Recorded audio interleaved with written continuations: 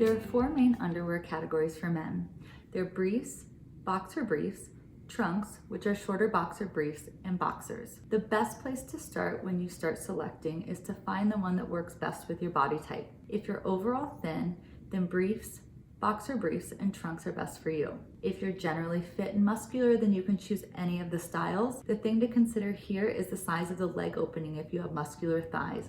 Make sure that it doesn't dig into them. If you have wider hips, then boxer briefs or trunks. And if you carry most of your weight in your stomach, then I would opt for boxer briefs or boxers. And for this one, make sure that the waistband doesn't dig into your stomach. Once you've determined the best underwear type for you, then you can play with different fabrics and patterns. Now, in terms of fabric, keep in mind the climate that you're in and the activities that you're doing. If you're exercising or in a hot, humid climate, you'll want something more breathable. And then from here, choose what feels best against your skin, what moves best with your clothing, and what best suits your personal style.